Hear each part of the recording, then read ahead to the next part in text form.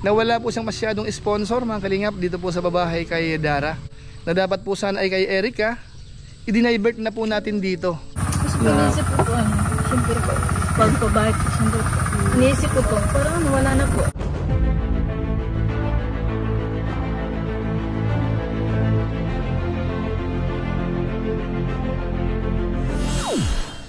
Ayun, what's up guys? Muli, welcome to my YouTube channel. Ito po si Kuya July, ang inyong katugang, ang inyong kalingap, na muling bumabati po sa inyo ng magandang araw, magandang gabi. Sang sulok man po tayo ng mundo naroon. At sa araw na ito, meron po tayong panibagong vlog. Mukhang nakakapanibago lang po mga kalingap, mga katugang po natin. Dahil sa pagkakataong ito, gagawa po tayo ng reaction video sa Team Kalingap. Particular po sa vlog po ni Kalingap Rob. Dahil sa ngayon, pinapayagan na po tayo mga kalingap. Kaya maraming salamat po kina Kalingap Rob, kina Kuya Bal Santos Matubang. Kaya tuloy po ang gagawin po nating reaction video. At sa pagkakataong ito, ang napili po muna natin ay yung patungkol po kay Dara. So i-highlight mo natin yung patungkol sa kanilang pabahay, dahil yung budget na ginamit dyan ay galing po sa ibang pondo sana. Pero dahil po si Dara ay okay lang, sa kanya po napunta. Tapos syempre yung update po ng kanyang pabahay. At saka yung isa sa napansin po natin na parang nag-aalala po si Dara sa kanyang kalagayan. So alamin po natin yan maya-maya ng konti. Pero bago po yun, syempre konting paalala po si Kuya July. Baka sakaling meron pa po ditong hindi nakasubscribe sa ating YouTube channel, huwag natin kalimutan, pakisubscribe po. Ito, July Paunil. Tapos pakipindot po yung notification bell button para lagi po tayong updated sa aking mga video upload. So maraming salamat po sa inyo. Tapos pakisama rin po yung ating Facebook page, July Paunil 2.0. Paki-follow po yun, tapos paki-like din. Ano po? So maraming salamat. Tapos syempre sina Kuya Bal Santos Matubang, sina Kalingap Rob, Ate Edna Vlogs at saka po Jabber Sniper, isama rin po natin. So maraming salamat po sa lahat po ng viewers na nanonood po sa ngayon. Ngayon tuloy na po tayo mga kalingap. Gaya ng dati, sa inyong kaalaman, nasa probinsya po tayo. So ang background po natin sa ngayon ay syempre, yung isa po, yung equipment natin na inaayos po sa ngayon, may diferensya ho mga kalingap. Tapos syempre yung mga damo sa likod din po natin, isang space po ng lupa na hindi pa natataniman mga kalingap. Pero magaganon pa man po, ang mahalaga po dito, meron tayong reaction video. At iyon na nga po, yung kay Dara mga kalingap. Unahin po muna natin siguro yung update po ng kanyang bahay. Dahil ilang days na rin pong ginagawa yan, at nakita natin medyo maganda po. Halos kasing laki po ng bahay ni Samantha, mga kalingap ano. Susulyapan po natin yung pinaka-latest update. Ito po yon.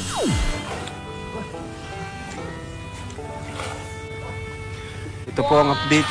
Nagbubuhos na po sila ng biga. Biga na bro? Ayan, biga. Maraming mga kalingap, medyo maputik dito gawa ng nagparaulan sa mga nakarang araw. Tapos kalabaw po yung nila, ginamit pang hakot. Yan po, kalabaw po ang tagahakot. Yan po, naghahalo sila ng semento. Basta mga isipan natin karpentero. Kapila po para. Ilan kayo ngayon? Bali, 4 po kami korap. 4? Opo. Okay. At ito, yun ang ginagawa, nagbubuhos kayo. Opo. Pagkatapos yung magbuhos, anong sunod yung gagawin? Ano na po korap, mga trasis po. Tapos pagkalag ng trasis, bubong na pong kasunod. Traces? Yung bakal, ano? Opo. Ayos. So, ayun na po, nag-ribbon cutting tayo kina Samantha. Ngayon, panibagong pabahay na naman po ang ating ginagawa. Wala pong tigil. Tulong itong pabahay natin para sa mga tao na nangangailangan ng tulong. Mga taong walang bahay, walang sapat na kakayanan para makapagawa ng bahay. Kaya ito po, ginagawa natin yung ating misyon. Ng One Kalingap, One Family po tayo sa ating misyon. Ano mas malaki? Ito yung Samantha. Parang parehas lang ano? Parehas na po korap. Oo, parehas lang. Parehas lang. Parehas. Pero dito, yung dirty kitchen niya, talagang kulong na. Kulong na. Ito, may yero na po. Nag-order na po si Supermac ng yero. Ayan. Yun po, color roof. At ito po yung CR nila dati. Mababago na po yung CR nila. Ayan. Yung CR nila dati. Yan sila naliligo si Dara. So yun po mga kababayan, nakita po natin, mabilis po yung paggawa. Kahit ho medyo malayo, naghahakot po sila ng mga materyales. Gumagamit pa po ng kalabaw, mga kalingap, para lamang po madala yung materyales doon po sa lugar ni Dara. Dahil alam naman po natin na yung kanyang lugar ay nasa bundok, nasa bukid mga kalingap ano. So kailangan po talagang tiyagain yan. Pero yung mga ganun naman po, walang problema po yan sa Team Kalingap. Dahil ang intensyon po niyan ay talagang makatulong. Mahirap man sa madali, kailangan gawan ng paraan para matulungan po yung pinaka-recipient po natin. Na sa pagkakataong ito, si Dara nga po yun mga kalingap. Ngayon speaking po ng pabahay, sa inyo pong kaalaman, alam naman natin at nabanggit po yun ni Kalingap Rab, na wala po siyang masyadong sponsor mga kalingap dito po sa babahay kay Dara. Buti na nga lang po yung budget po ng COOS na dapat po sana ay kay Erica, i-divert na po natin dito. Dahil alam naman po natin nung nakaraan, talagang tumanggi na pong tulungan yung pamilya po ni Erica mga kalingap. Yung buong detalye po niyan, hindi po natin alam, so hayaan na lang po muna natin. Basta sa pagkakaalam po natin, parang tinanggihan po yung tulong ng Team Kalingap. Kaya syempre po, damay po yung pondo ng COOS na kung saan ay nakalaan po sana yon doon sa kanyang pabahay. More or less po siguro mga 70,000 yata yun mga kalingap. And syempre salamat din sa COOS. Ayan, sila ang bukod tanging sponsor natin. Mula po sa mga kasamahan natin sa COOS mga kalingap.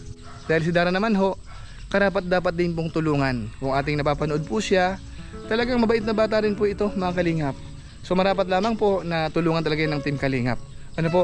Kaso nga lang po, meron tayong obserbahan sa kanya. Parang ano po siya, parang nag-aalala. Dahil yung kanyang kapatid mag-aasawa na tapos magkakaanak na rin. So nangangamba po siya na syempre maiiwan na naman silang dalawang magkapatid, siya at saka si Bea. Tapos naisip niya po na kapag daw po tapos na yung babahay ng Team Kalingap, baka daw po iwanan siya. So nag-aalala siya na baka yung kanyang pag-aaral ay hindi matapos.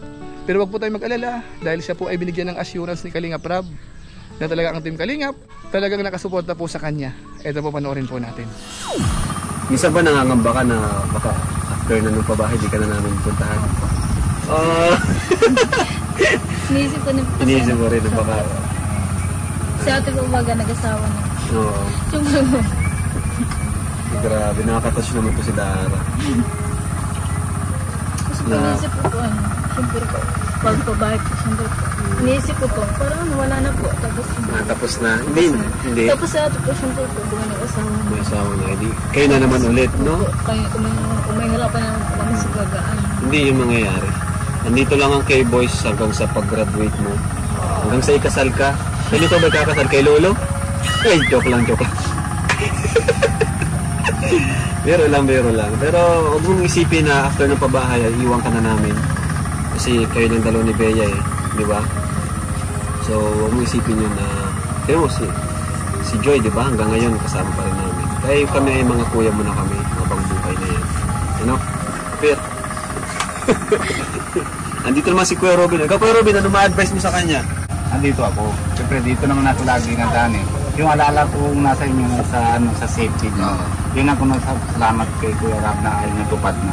Nasa safe na kayo dyan. Pero kami ni Ate Mapia, papadaan kami dito. Baka mga lingguhan, mga Sabado, nung wala ka ng pasok, mapapadalo kami sa inyo. Ako siyempre na si Kuya Rab, hindi naman din kayo nang binabayaan. Gaya din ng Angels. Galing na iba. Si Joy, di ba? Hanggang ngayon. Kaya huwag ka maalala na dito talaga kami. Kahit tapos na yung bahay. Habang buhay yan. Sabi ko nga, dito sa Team Kalingap, gusto kong mabidyo. Samahan. Samahan sa Team Kalingap. Kahit wala tayong pera, kung magbaba man ng views natin, sama-sama tayo. Si Dan naman, Dan. Halika, Dan. So, Dara, isang tanong lang, bakit ka ba nangangamba? Or ba't ka natatakot na bigla iiwan ka namin? Ba't mo naiisip yun? Yung ate ko po, siyempre. Ano po, buntis na po siya. Buntis na kasi nga ate. Nag-asawa na po. Nag-asawa na. Siyempre po sila po yung nag-asawa na po. Baka po nangangamba ba kasi baka po magtigil ako sa pag-aaral. So, Dara, masasabi ko lang bilang isa sa Kalingap kung paano ko natuklasan na paano alagaan ng buong Kalingap ang mga natulungan simula umpisa. Kasi hanggang ngayon talagang updated pa rin kami sa mga natulungan simula umpisa. Tulad nila Jumel, sila Gina Lee na sobrang tagal na nilang binablog, wala pa ako pero hanggang ngayon is naabutan ko at tinutulungan pa rin.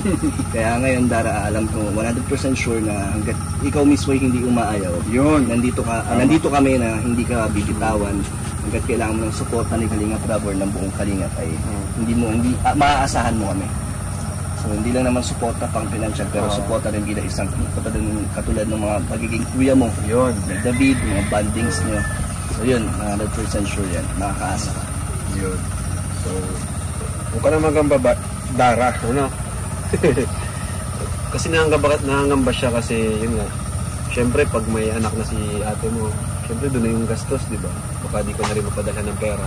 Pero yun nga, nandito ang Team Kalingap. Hindi lang kami, pati mga viewers, ano? Kaya thank you sa mga viewers sa nagmamahal kay Dara. Yan. Dahil sa inyo, tuloy-tuloy po ang pagtulong natin kay Dara. So yan po mga Kalingap. Yan po ang Team Kalingap. Nandyan po sina Kalingap Dan, sina Kuya Robin, yung mga kasamahan niya, na kung saan nagpapalakas din po ng loob ni Dara, mga Kalingap, kahit papano po. At saka alam naman natin mga Kalingap, dahil si Dara nga po ay nag-aaral, so syempre po, hindi naman po yung natatapos isang taon lang. So mahaba-haba pa pong proseso po yan, ilang years po yan bago makatapos. So at least po nandyan si Kalingap Rab, yung kanyang team, na nangangako naman na susuportahan po si Dara kahit matapos na po yung kanyang pabahay. Kaya masabi lang po natin, maraming salamat po sa Team Kalingap, sa pangunguna po yan ni Kuya Bal Santos Matubang at saka po ni Kalingap Rab at saka ng buong team mga Kalingap. So maraming salamat po sa inyo. At salamat din po sa pagkakaroon po ng recipient na kamukha po ni Dara, na talagang mabait po siya. Mga Kalingap, kung mapansin po natin, kahit na medyo nagbabago na po yung kanyang itsura sa ngayon mga Kalingap, kung hindi po napapansin, mukhang kumpara nung bago pa lang, parang medyo laking bukid kumbaga pero ngayon medyo maganda na ang tindig ni Dara, kumbaga parang nagdadalaga na, o hindi ko alam, baka dahil yung nagmodel medyo nagkaroon siya ng idea kung paano pumuwesto o kaya kung paano mag-post so yun po napansin po natin kay Dara. So maraming salamat po sa lahat sa mga viewers po na sumusuporta po sa Team Kalingap, at siyempre yung sumusuporta din po sa ating channel sa July Paunil po, yung YouTube channel po natin, at siyempre yung ating Facebook page na July Paunil 2.0. Maraming salamat po sa inyo, at sana lagi po nating i-like yung ating mga video upload, mapa normal video man yan o kaya live stream. Suportahan ho natin, i-like po natin tapos panoorin. Tapos kung okay lang po sa inyo, pwede rin po yung i-share So maraming salamat po.